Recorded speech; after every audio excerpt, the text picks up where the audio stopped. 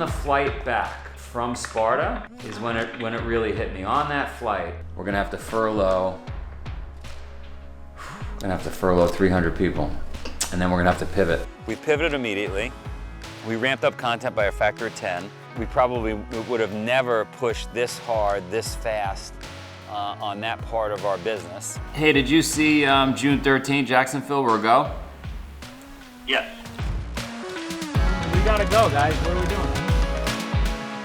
We've been trapped in the car for the last 8 hours, and coming out here and seeing other human beings working out and sweating, I mean, this is our dream. I feel like the lights are back on. We're back in business. You know how happy he is to be back? The sky has opened, the sun is out. He gave me a global pandemic. Yeah. And he gave me a country shutdown with protests. Now he's giving me a hurricane at our first event.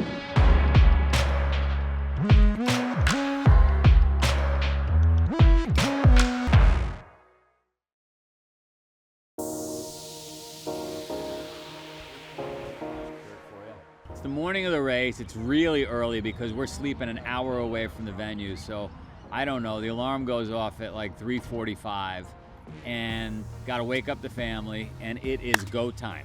We're gonna go to the race, and I'm nervous. I got butterflies in my stomach because I know our team is tight. I've been watching it over the last few days, but I'm a little concerned about the customers. This is the end of the road. We're heading out to the race.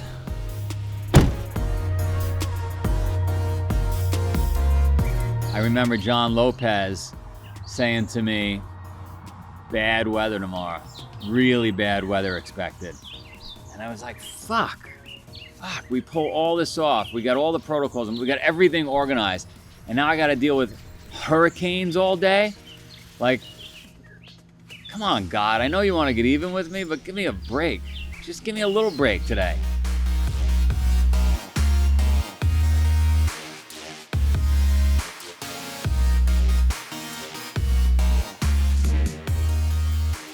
And somehow the weather held. And I'm walking around and I'm seeing obstacles for the first time in 90 or 100 days, and I'm seeing people on those obstacles, and I'm seeing a festival area, and I'm seeing smiles and tears and blood, you know, all the stuff I'm used to. And we were back. We were back.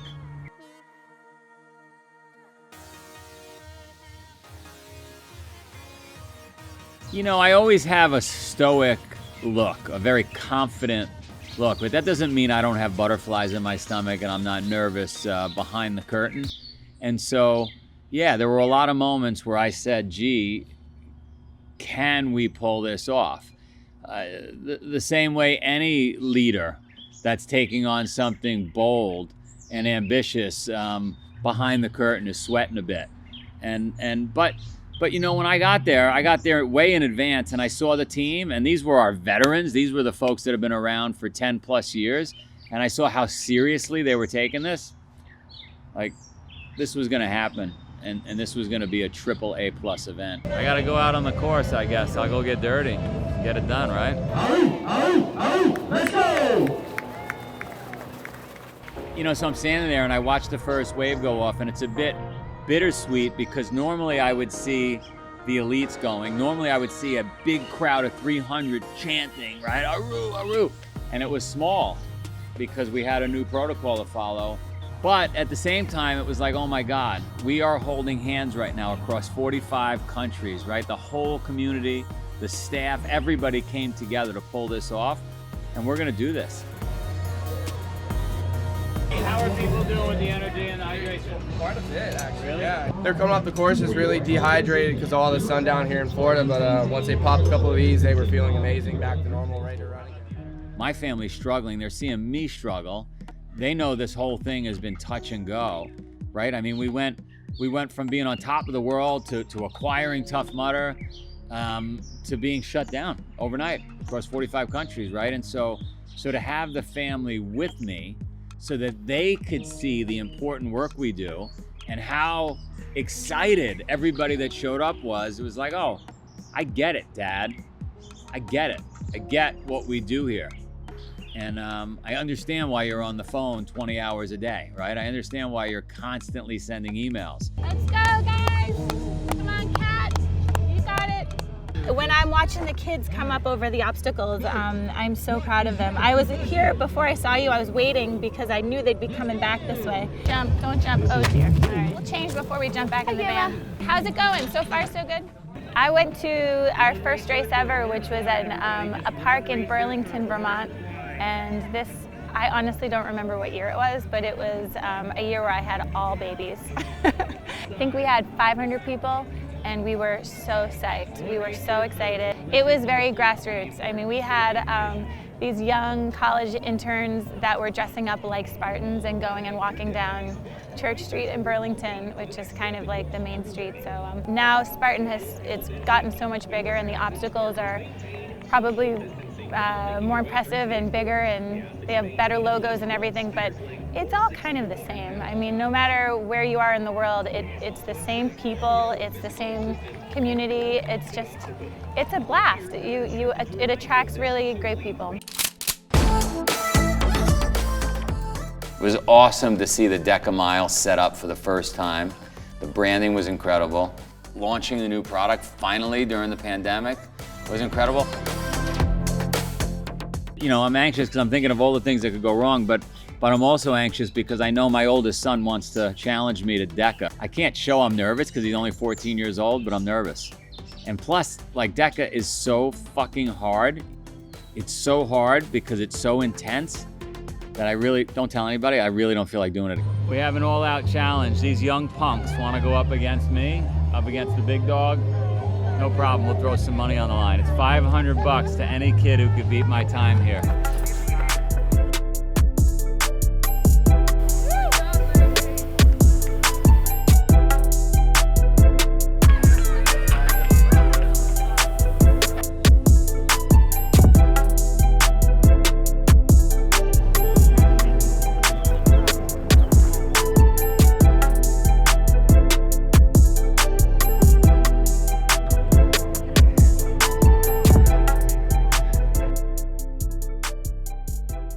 All I'm aware of is that Jack beat 27 minutes using all the proper weights. Jack DeSena was 24.56 using all the men's weight. If we'd have had an official chip on him, he'd probably be sitting top 20 right now. Overall, 3 minutes behind Isaiah Vidal. It was an epic performance. And today I got sub 25 minutes, and I'm very proud of myself. I was 4 seconds away from getting 25 minutes. Each of you get $100, that's correct. Jacksonville, obviously very progressive, set up a whole bunch of protocols for us and allowed us to put on the first large sporting event of any kind, any sport, anywhere in the world.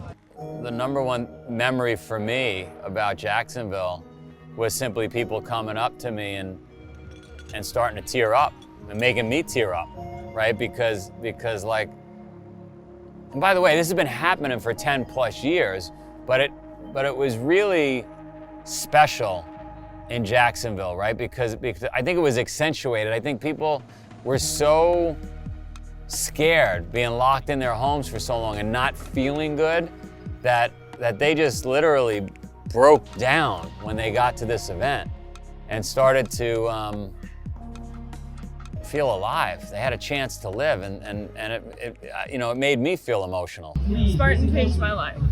I grew up in a really rough situation, and so I was under the impression that I was always going to be that way. I wasn't going to be physically active. That was just my life, and I had to deal with it. And then I got married, I had kids, I gained weight, and that was just it. We weren't active. And then I found Spartan, and I was like, this is crazy, but I think I want to do it. And so I lost over 50 pounds. I'm a personal trainer, and I came out, and the first Spartan race I did, that was it. The whole cheesy, oh, you know, at the finish line, you'll be changed at the finish line. The start line, when you decide to start, you will be changed. And when I found out about, you guys having to close and furlough people, I was not going to let that happen, and I couldn't do much, but I did everything I could. Ryan Griffin did 59 Spartan races last year. He was locked in his house for 59 days, losing his fucking mind. When he saw that we were coming back, what'd you do? Well, I signed up for the sprint, and then y'all added the trail race, so I signed up for that too, and made a trip all worthwhile, for sure. You feel alive again? Yes. first real smile I've had in a long time. So it's good to be back. It's good to be back.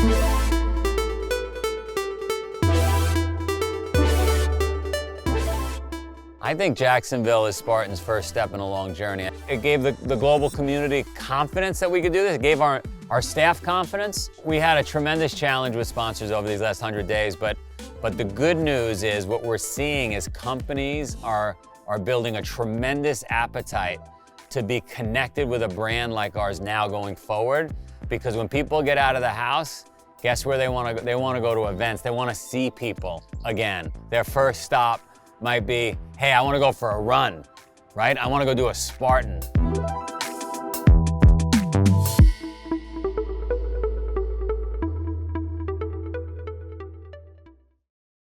Trip was unbelievable. I mean, first of all, as a family, we never take a vacation, ever. By the way, there are tons of event organizers here this weekend to see how we were doing it. Number one. Number two, we're working on counties and states and countries around the world. They were all watching us closely. Everybody's watching us with a microscope. And I think people are gonna feel good about coming back to big outdoor events. We did it well, we have a system. Folks can now follow our system, but we gotta bring events back, because without events, people are not staying in shape. They're not eating healthy, they're not holding themselves accountable, they're not going to bed early, and that's a recipe for disaster. So I'm excited to get 300 events back on the calendar across 45 countries. That's what we're gonna do. Next move. Well, we got Spartan Deca, right? We got Spartan, we got Tough Mudder, we got Spartan Trail, we got kids. We gotta lay out the whole 2021 schedule. Content is becoming a priority for us, so we're leaning in heavily around content. Nutrition, right? Hydration and energy products, and Spartan tea. Who could survive the pandemic without Spartan tea? You know you can't. Merchandise, I mean, listen, there's not enough hours in any day to keep up with all the things we have to do. We want to get 100 million people healthy. You know how fucking hard that is? You try it.